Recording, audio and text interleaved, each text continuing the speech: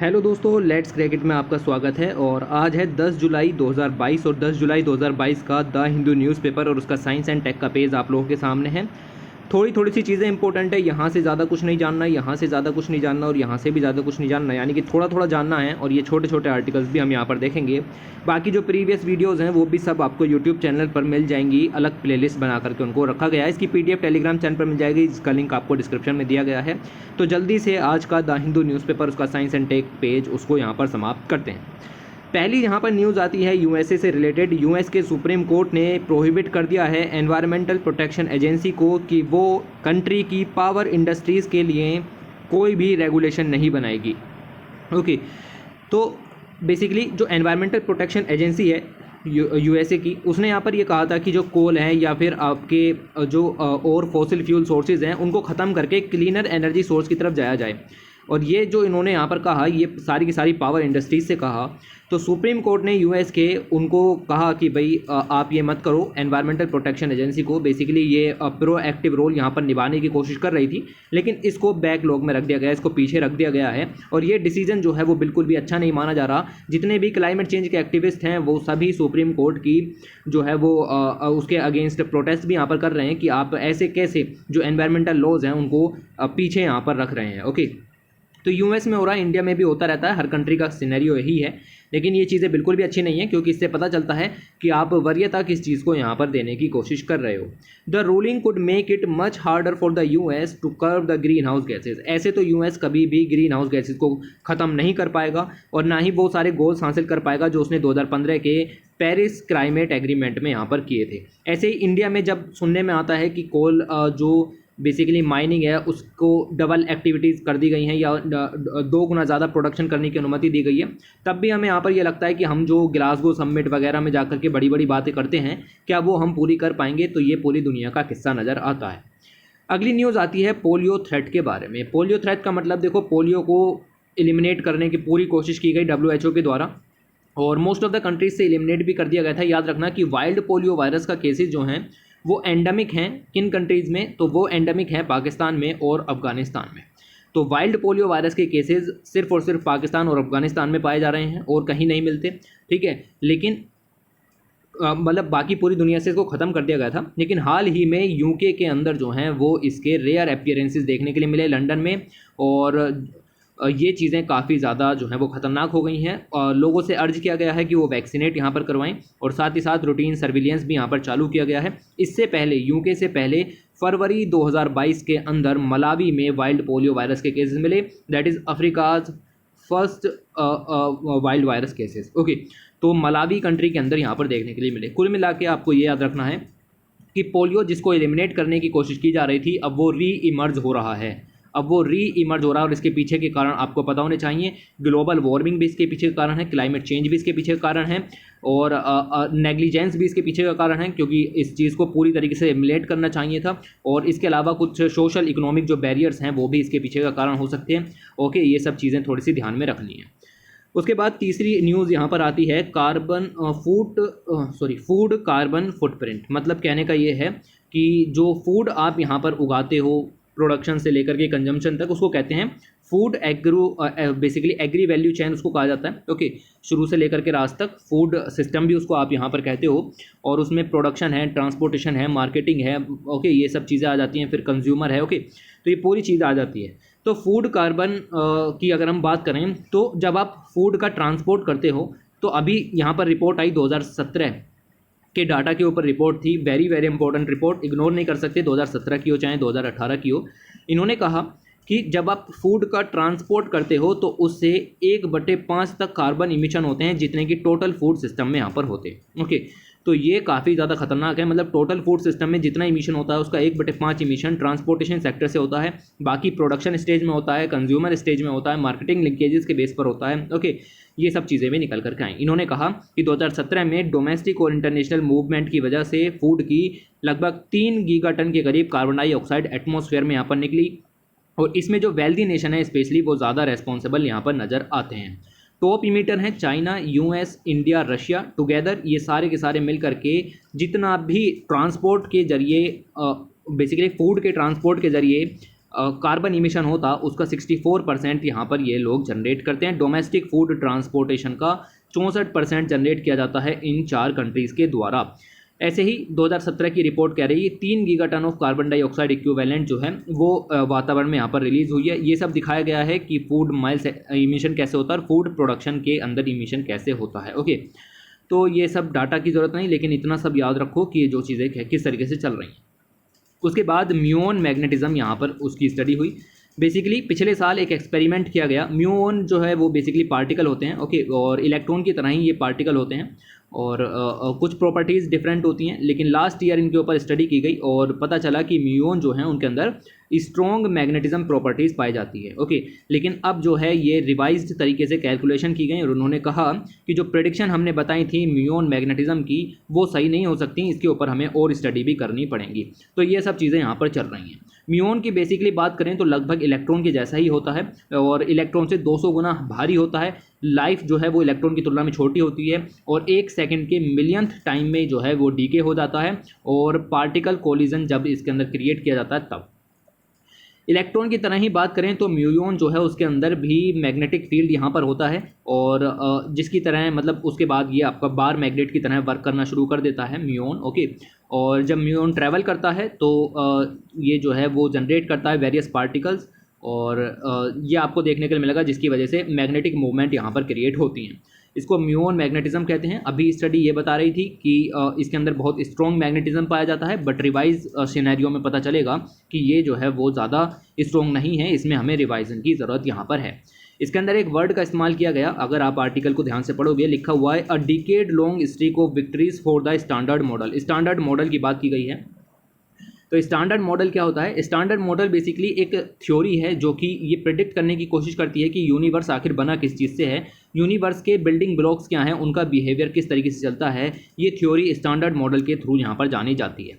इसके अंदर लिखा गया है कि यूनिवर्स जो है वो basically 6 type of quark, 6 leptons, Higgs boson, 3 fundamental forces और सब एटॉमिक पार्टिकल्स के द्वारा मिलकर के यहाँ पर बना है। उन सभी के बिहेवियर्स को जानने के लिए ये सब काम जो है वो स्टैंडर्ड मॉडल के अंदर में किए जाते हैं। म्यूओन भी इनमें से एक आ जाता है, जैसे यहाँ पर लिखा हुआ ना 6 लेप्टॉन्स, तो उन 6 लेप्टॉन में से एक लेप्टॉन आपका म्यूओन यहाँ पर है और ये जो है वो इलेक्ट्रॉन के सिमिलर होता है, 200 टाइम्स लार्जर है, मच मोर अनस्टेबल है, याद रखना इस चीज़ को भी, और साथ ही साथ सेकंड के मिलियंथ ऑफ टाइम में बस सर्वाइव करता है, ज़्यादा देर तक सर्वाइव नहीं कर पाता।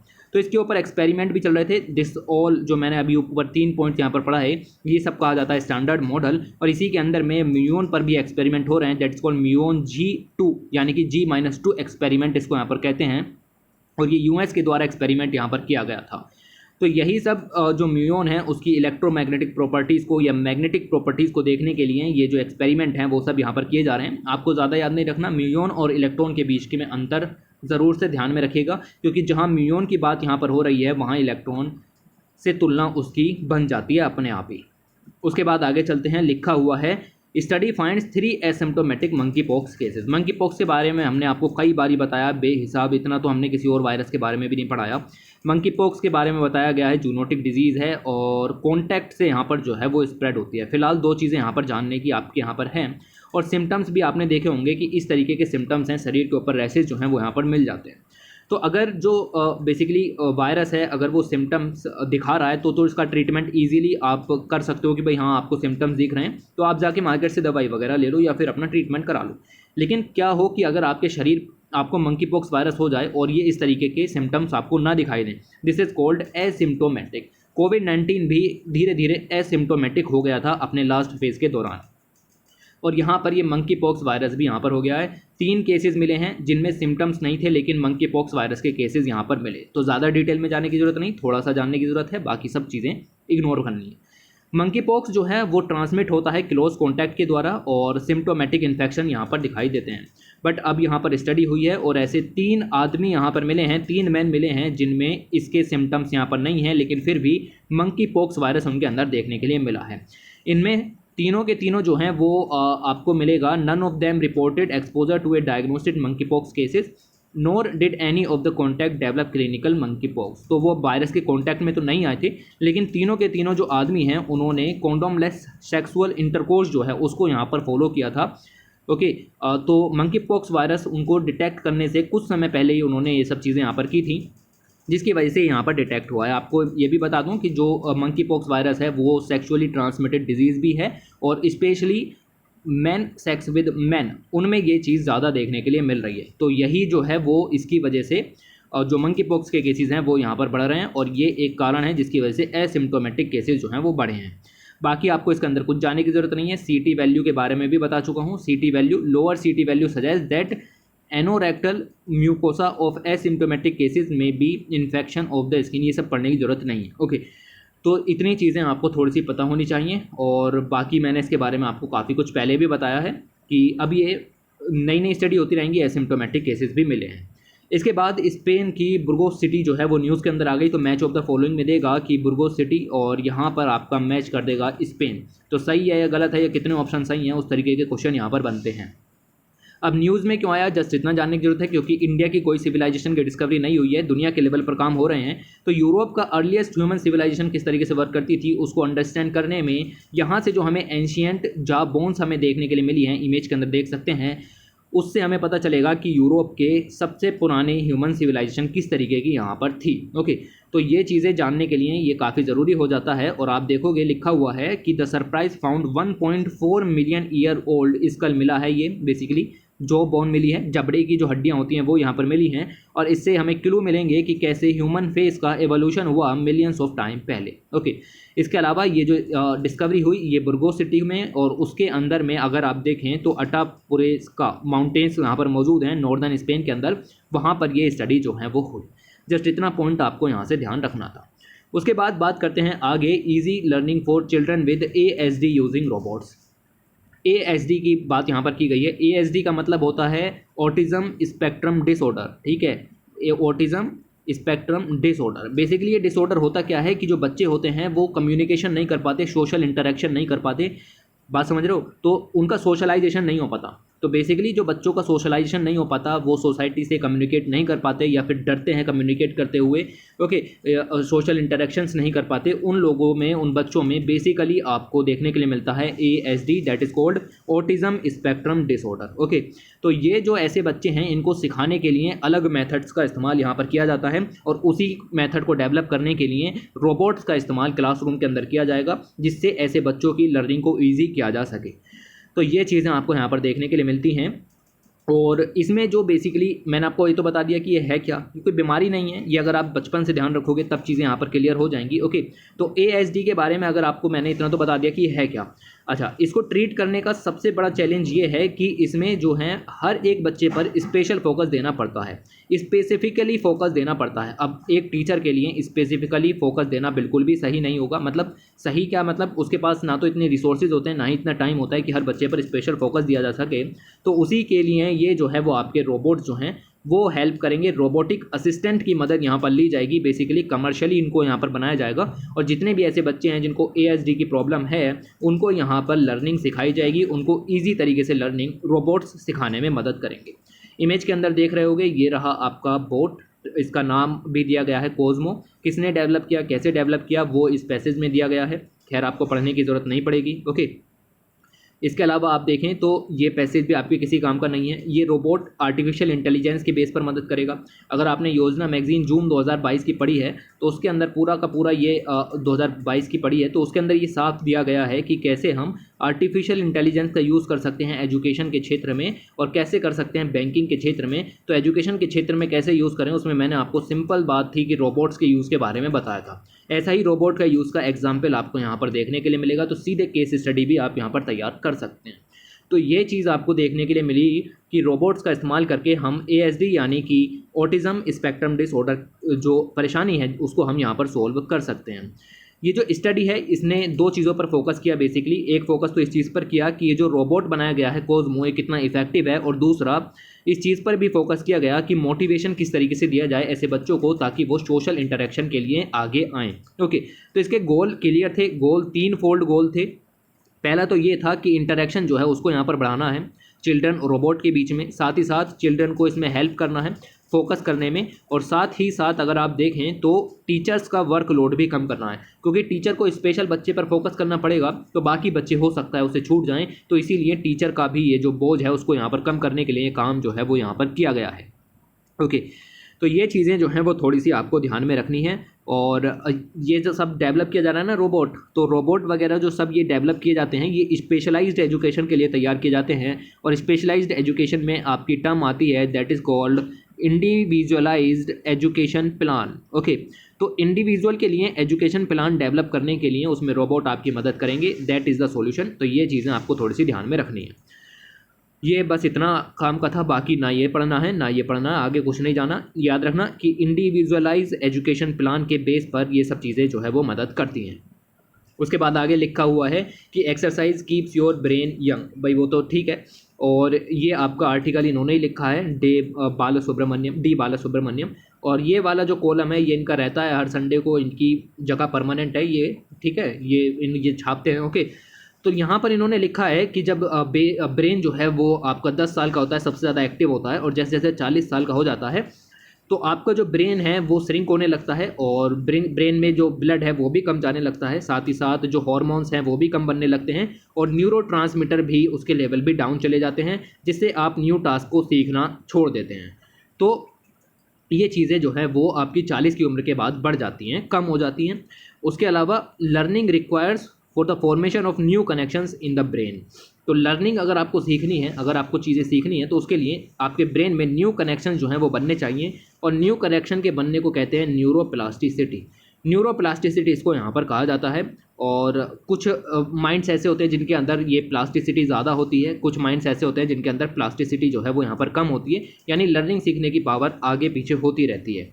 तो यहाँ पर एक्सपेरिमेंट हुए हैं और ओल्डर माइस पर इस एक्सपेरिमेंट को यहाँ पर किया गया, और ओल्डर माइस के अंदर जब एक्सपेरिमेंट को किया गया, ओल्डर माइस से आप तुलना कर सकते हो is equal to old man या फिर ओल्ड वुमेन या फिर ओल्ड ह्यूमन बीइंग। ओके, तो जब इसके ऊपर एक्सपेरिमेंट किया गया तो पता चला कि जो शरीर के अंदर न्यूरॉन्स होती है, मस्तिष्क के अंदर न्यूरॉन्स होती हैं, वो आपस में कनेक्ट नहीं हो पा रही हैं। कनेक्ट का मतलब ये है कि उनके अंदर सिनेप्सिस नहीं बन पा रहे हैं, that is called synapses. Okay, तो जो आपकी न्यूरॉन्स हैं उनके बीच में सिनेप्सिस नहीं बनेंगे तो इन्फॉर्मेशन का ट्रांसफ़र नहीं होगा, और ऐसा ही देखने के लिए मिल रहा है। तो ओल्ड एज में भी ये प्रॉब्लम देखने के लिए मिलती है कि सिनेप्सिस नहीं बन पाते, जिसकी वजह से लर्निंग जो है वो आप नहीं सीख पाती, क्योंकि आपका ये वाला सर्किट पूरा नहीं हो पाता है। ठीक है, तो जस्ट इतनी चीज़ आपको यहाँ से ध्यान में रखनी थी।